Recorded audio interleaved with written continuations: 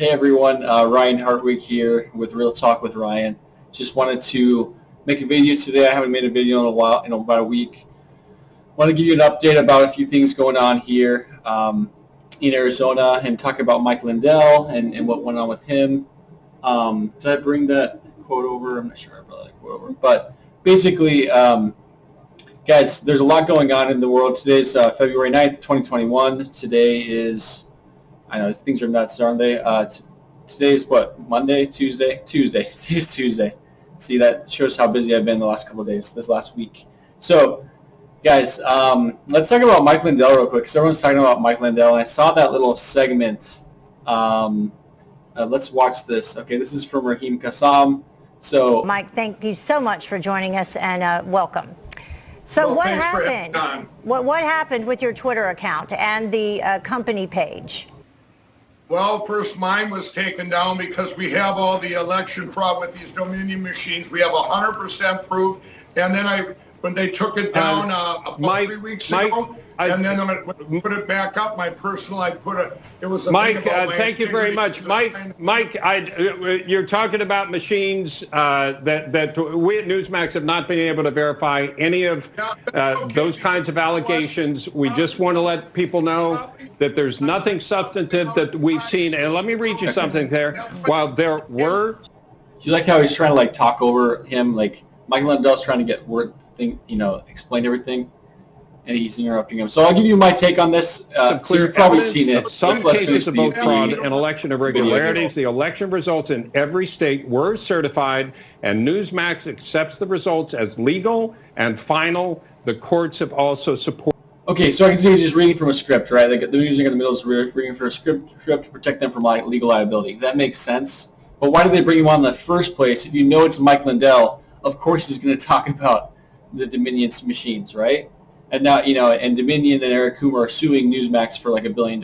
So, I mean, I can understand why NewsMax is doing this, but why don't just tell Mike Lindell from the get-go, hey, we can't have you on because we're getting sued for $1 billion. How about that? So instead, they just embarrassed Mike Lindell on national TV. So we wanted to talk to you about canceling culture, if you will. We don't want to relitigate the allegations that you're... So that's fair. Okay, I can see that's fair from the news anchor's perspective, and I'm trying to be neutral here. So if they brought him on to talk about cancel culture, why is he bringing up Dominion? So yeah, I could agree with Mike Lindell 100% about Dominion. I can agree with him. That's fine. But I'm just analyzing this. If they brought him on saying, hey, Mike, let's bring you on to talk about cancel culture because you just got suspended, and then he comes on and he's talking all about Dominion, which is that makes sense. Let's watch the rest of it. You're making, Mike, because we understand where you are. So let me ask you this.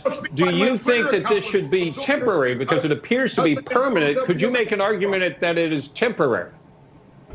What? Could you make an argument that this could be a temporary banning rather than permanent? So he's just the anchor's trying to refocus on the cancel culture. Hey, we're talking about how you got banned from Twitter. Do you think it's permanent or temporary? So let's see how he responds. Permanent. No, I want it to be a permanent because you know what? Okay, I wanted to be permanent. Okay, because he's staying on topic. He's going back. They're talking about cancel culture again. The suspension. They did this because I'm revealing all the evidence on... Okay, so that's the point. That's Mike Lindell's point. He's saying they banned me from Twitter because I'm talking about Dominion. So that's a fair point. So in the context of Mike Lindell being banned from Twitter because he's talking about Dominion, then that's fair. So, but I can see why they had to, the NewsMax anchor had to give the legal jargon about NewsMax denouncing it because they are being sued. On Friday of all the election fraud with these machines. Let's see how they end it. If you think it's not Mike, can I ask our producers, can we get out of here, please? I don't want to have to keep going over this. Actually, we at NewsMax have not been able to verify any of those allegations. So I can, okay, so that's how it ended. Anyways, that's my take on it. I feel like overall, I mean, the news anchor, it looked bad for NewsMax, and now they're getting a bunch of flack and attacks from people on the right, and now they're going to watch One American News instead of NewsMax. But I mean, if you're getting sued for $1 billion, and I think the news anchor, maybe he could have worded it differently or approached it differently. I don't know, but I mean, Mike Lindell, I met him about a month ago in late December at a Turning Point USA conference. I listened to him speak. Nice guy, great story. I mean, he has a history of overcoming substance abuse and addiction to drugs. So I think he's done a great job as an individual. I think he's right to speak out about different things, and I think it's horrible that they canceled him from Twitter. It just shows the overreach from Twitter. If you can't discuss, election software, what are you allowed to discuss? So anyways, let's go on to the next thing here. Here's my new Twitter page, because they actually suspended my Twitter page as well. And guys, just while you're here, let me just show you real quick my website here. This is ryanhartwick.org. If you'd like to support me, go over here and click donate. Also, if you want to buy a hybrid flashlight, we have got a coupon code for you. Just discount code free speech, hybridlight.com, discount free speech. And then also there's some other ways to donate, Venmo, PayPal, Cash App, and a PO box. So feel free to help me out. I'm doing more of these podcasts, and I'm working on a book right now. I'm about to sign a book deal. Thanks so much, guys. All right, so let's look at this next article here. So this is an original article written in 2019 by Casey Newton, who's a journalist with The Verge, and this is actually about the place that I worked. So I worked as a content moderator for Facebook, and so I saw Casey Newton. He came to our office in Phoenix. This is now 2 years ago? Yeah, 2 years ago. And so he focuses on like the panic attacks and the emotional trauma that comes from working there, and the fact that we only make like $25,000 a year, $28,000 a year.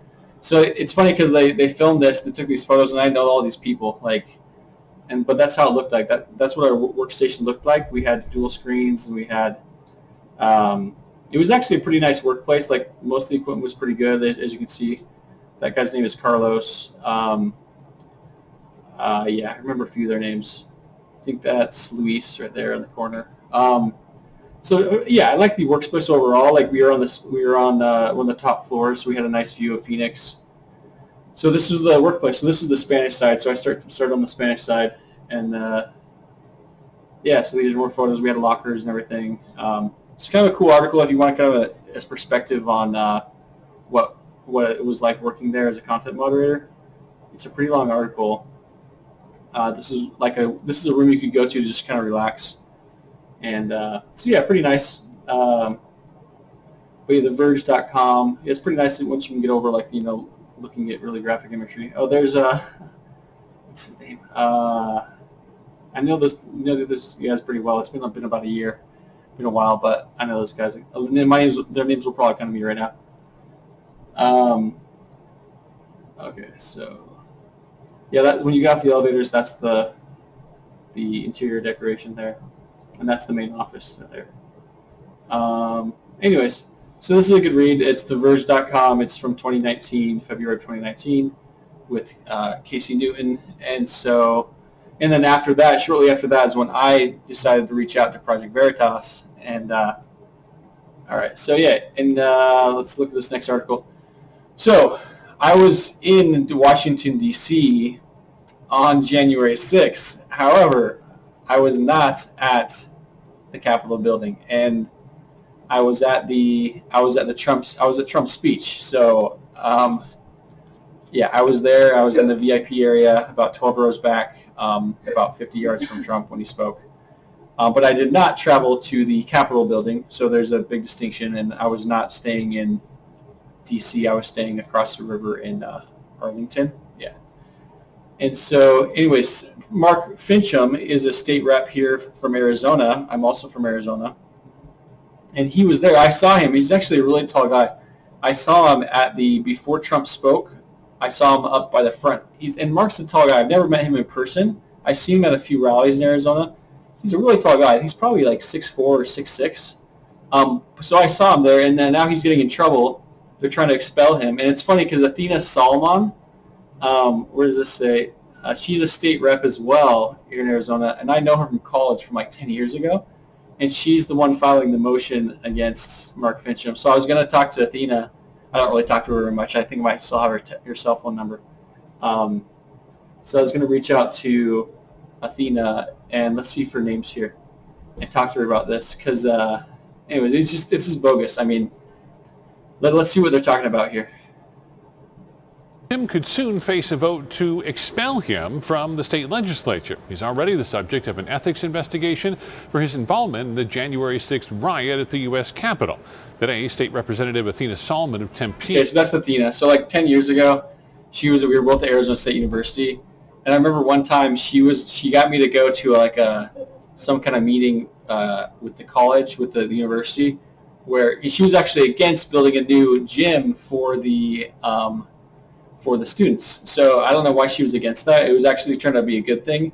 Kind of expensive, but it's the new, I think it's called the SRC on ASU's Tempe campus, Arizona State University.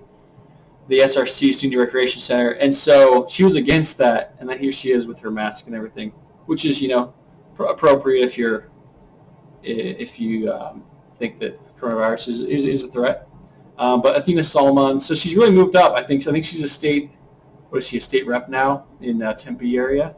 So yeah, she's always been political, always wanted public office. So she's achieved that. So let's see what she says. I think she speaks some Arabic. I'm not sure what part of the Middle East she's from, but I actually really respect her.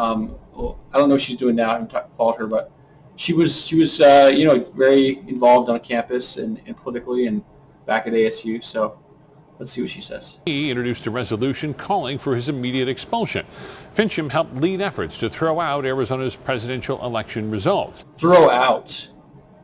Okay, no, that's not accurate. So he wasn't trying to throw out the results. He was just requesting that they examine possible irregularities, right? So throwing out is kind of a phrase they use that, we want to throw out your vote. No, we want to examine if fraud occurred, if election, I'm not saying that fraud did occur, but he wanted to look into irregularities. There were thousands of affidavits submitted about different kinds of irregularities. And so let's see how they phrase this. Took part in the January 6th Stop the Steal rally in Washington, D.C.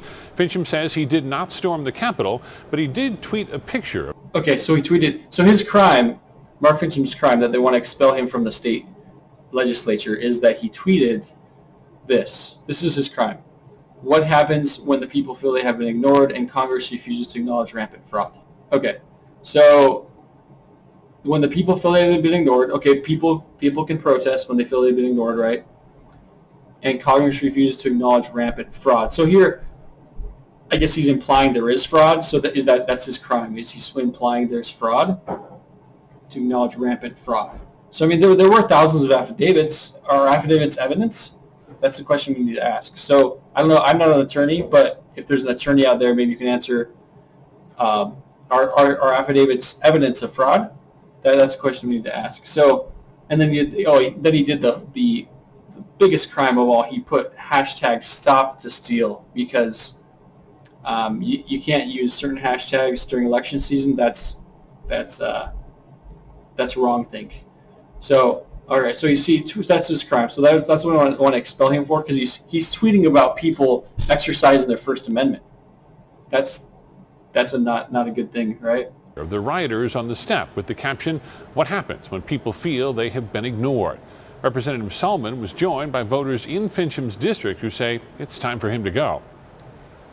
Representative Fincham lost the privilege to represent LD11 residents when he participated in the attack on our Capitol. On January... He participated in the attack on our Capitol. That's a lie. So he did not participate in the attack. He was not at the Capitol. So I saw him at the Trump rally. I left early from about 3/4 of the way through Trump's speech. I could physically not leave. Who is this person's name? We need to track them down. So you could not physically leave. The crowd was so tight, it was shoulder to shoulder. You could not leave the speech. You had to go out through the main entrance where you went in from First Secret Services, and you could not get out.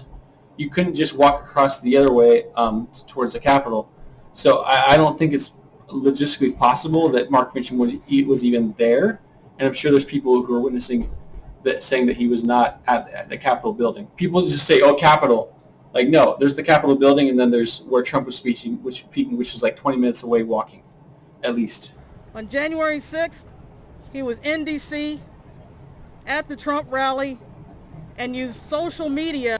Okay, let's see what she says again. I really want to. This is like, what is it called? Is it libel or defamation when you lie about something? And used social. But he's a public figure, but let's see what she says. Trump rally. Okay, where is it? In D.C. at the Trump rally and used social media to spread. He was in D.C. Capitol when he participated in the attack on our Capitol. So you're saying he participated in the attack on our Capitol. So you're saying he physically threw an object at the Capitol building? Is that what you're saying? That he physically, or did he tackle a security guard or a cop? So you be specific. So if you're saying that he attacked when he participated in Mark the Finchem, attack on our Capitol. He participated in the attack on our Capitol. Okay, so are you referring to the Capitol in general, the Capitol area? There was an attack somewhere, or are you referring to the Capitol building?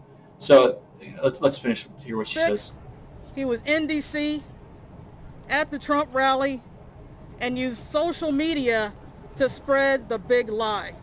He used social media to spread the big lie. Okay, well, what's the big lie? Tell me what the big lie is. Be more specific. What is the big lie? So let's see what he said. The Ethics Committee has received 44 complaints against Fincham from voters in his district who say his participation in the Capitol riot disqualifies him. Participation in the Capitol riot. So you're lumping together all the 2 million peaceful people, and you're calling all that a riot, right? But there were 2 million peaceful people, actual peaceful people, and there were like a couple thousand violent people, right? So, but it's all a riot. From the legislature. So far, the Ethics Committee has not conducted any public hearings on Fincham's behavior. Fincham did not respond to our request. All right, so where is he? 80 Arizona LD11, and then I'll show you an article that that was ABC 15 Arizona, and I was also, they did an article about me as well. I did an interview that night. So let's watch this.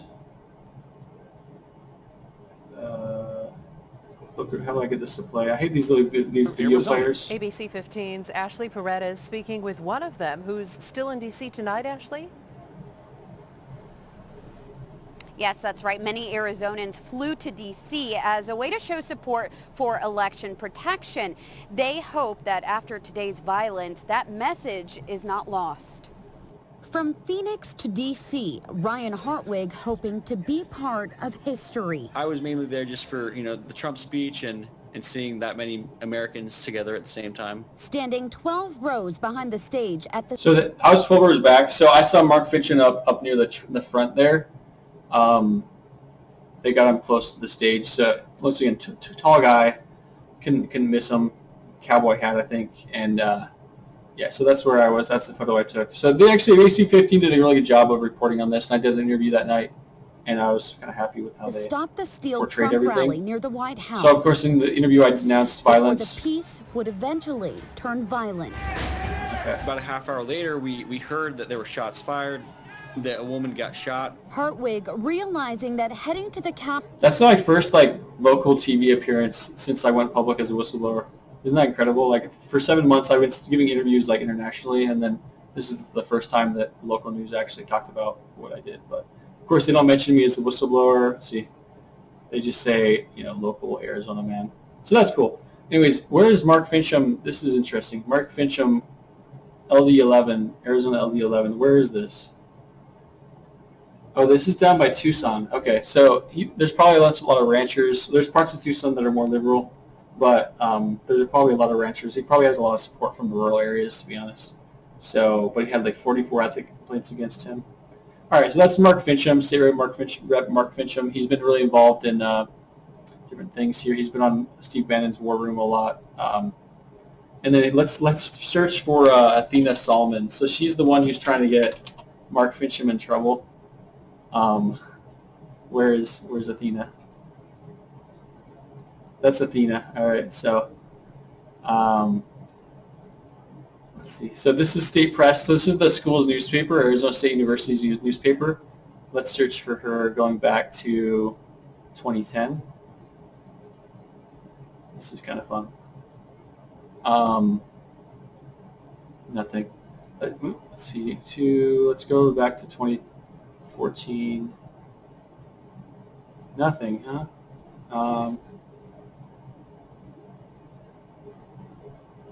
Okay, what these dates? So all this is pretty new. 2018, 2017. I'm trying to remember the year. I know I was there from. Was it before that? I was there a long time. Let's search. Yeah. 6 years. All right. Nothing. Was she there? That can't be. Maybe these archives are pretty good. Let's search. Athena Salman. Huh. Let's go back to the search here. I'm just doing this on the fly. Let's go to the last page of results. Search by date. Last. So Athena Salman, S-A-L-M-A-N. Okay, this is back to 2011. Here we go. All right. Let's see what Athena Salman's saying in 2010. Emoting the dream. Is this one by? Oh yeah. Okay, this is actually my response. Here we go. This is my response to Athena Salman back in 2010. This is kind of fun. All right, so she gave a call on September 23rd saying, giving people the opportunity to dream. Where's her? Okay, so I said, I live in Mexico City. I appreciate the value of the Latino culture, but I was basically expressing my opinion against illegal immigration. Anyway, so she's very, leftist as far as her views, taking advantage of the get up, stand up, respect, please. Let's look at this article. We'll get to the last part of the show here in a minute. We're 22 minutes in. Bad gateway. Letters, get up, stand up.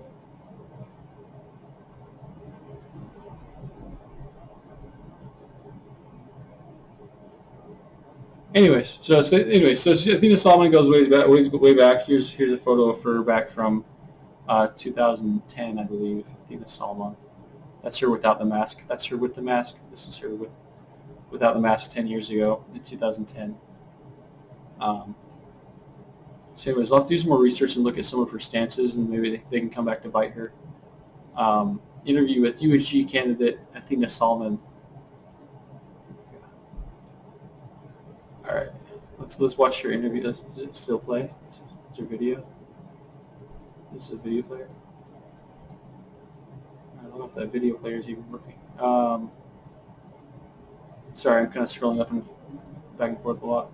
All right, let's get to the last part of what I want to talk about. So this past week, guys, there was an audit at the Maricopa County Election Center. Yeah, I know it's 3 months past the election, and we're still doing audits, right? Isn't that insane? So this past Friday night, I went to the Maricopa County Election Center with my acquaintance Aaron Wagner, and we did a public scan of the Wi-Fi, and then somebody changed the Wi-Fi name to FU. So let's listen to Aaron Wagner. I was there with him on Friday night, this past Friday night, February 5th, I believe. February 5th. So he did an interview today with Real Stu Peters. Make sure to follow Real Stu Peters on Telegram and on Gab. In the Maricopa County Tabulation Center, which is under a tremendous amount of scrutiny, they don't seem to be as concerned about the possessions many Americans seem to be most concerned about right now. Aaron Wagner is a certified information systems security professional. He's in Arizona, and he joins us now. Aaron, welcome to PC Radio. How are you? Great. How are you? Good. Say, I read a sworn affidavit that you put together. I'm really intrigued and a bit concerned, as I feel many Americans would be. So here you are to explain it. What the heck is going on in Joe Arpaio County there in Maricopa? Yeah, and let me first say how I got involved in this situation. Was kind of a narrow scope. I started off wanting to look at, did they have wireless networks down there at the tabulation center, because they claim that in the tabulation room, for example, there is no wireless. Okay, so first I wanted to establish, is there wireless in the vicinity, Sure. which is what I did. And of course there's a public Wi-Fi and there's several protected Wi-Fi hotspots in that area coming from that building. So then I did an initial scan of just what is public and what is unencrypted, so that I didn't break any laws, didn't break any systems, or really do anything that would be considered, less than above board. So the things that I found were kind of troubling, but weren't they weren't beyond terrible, right? Okay, sure. Explain. Well, for example, let's say you could get into the network that would let you into the tabulation center and you saw tabulation machines in there. Of course, that would be terrible, right? So we see there's wireless networks where they say that there isn't.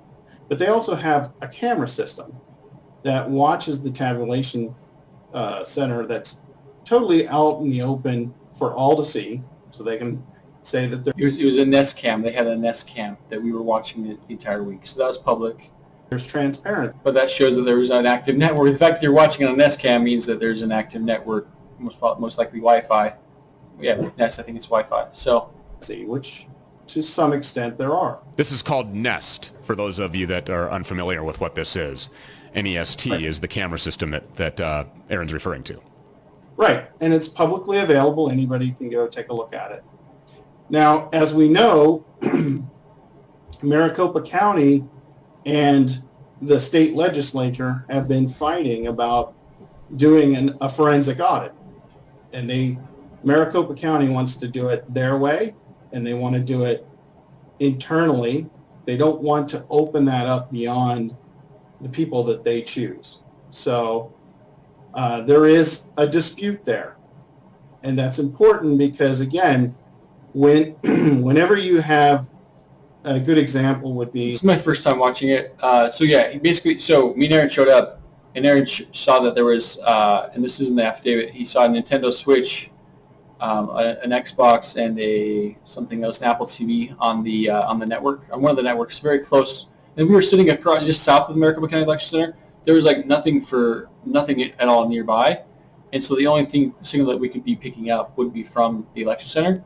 And I tested on my phone as well, and on my Wi-Fi analyzer, and it showed that same signal that said "FU" right next to the MC Public Wi-Fi. So I wonder if they group. So this is the Nest Cam. So this is the view that we were looking at all last week. The Nest Cam. What is a wireless network? I take another test. For ill malicious intent. You can buy a wireless card that's USB. Okay. It can be the size of a dime, and that will connect to a wireless network. And all of these systems have USB. The computer that we're using to facilitate this meeting right now has a USB stick in it that is a wireless card. That's what it's designed to do. That's what its function is. Yeah, and it install. So what I've noticed that made it a tie. So voted no to what? That they weren't going to hold the Maricopa County. Is guaranteeing. Look at culture works now. This thing Why can't you have? So yeah. Anyways, Aaron Wagner. So he has a CISSP certificate. So he has a cybersecurity certificate, and he does IT for a living. And he was there Friday night and looked at the Wi-Fi systems, and he found we saw some vulnerabilities. He also saw a 3-com stack device, which is very outdated, dating back to like 2014. So those can be vulnerable to DOS attacks. So yeah, there's a lot that happened with that. Anyways, that's what happened Friday night. Guys, make sure to go on Gab, and you can follow me, Real Ryan Hartwig, and also follow Stu Peters. I'm not logged in on this browser, but let's see how this works. I heard Parler is going to come back soon too. I heard Parler's going to be back. Oh, it's not working, huh? I guess you have to be logged in. Anyways, this is so we talked about Mark Finchem. We talked about We talked about NewsMax. We talked about Mike Lindell. This whole catastrophe, which part of me doesn't really blame NewsMax for saying that, but if you know it's Mike Lindell and you know he's going to talk about it, he's going to talk about Dominion. So why even have him on in the first place? So shame on NewsMax for not planning it well enough, kind of knowing Lindell's personality. If you're going to shut him up, and then don't bring him on in the first place, right? And then we talked about my foundation, the Harvard Foundation for Free Speech, where we just applied for 501c3 this week.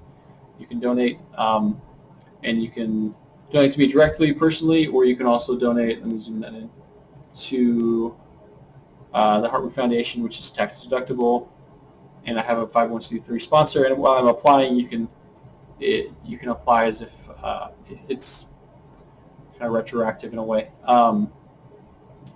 For all intents and purposes, I am a tax deductible donation. So here's the steps to donate, and I have a 501c3 sponsor, the American Institute for Behavioral Research. So we talked about this Verge article about where I worked. These are some of my coworkers that were filmed taken photos of by another journalist named Casey Newton with The Verge. And then we talked about Mark Finchem, who's getting attacked for showing up at the Capitol.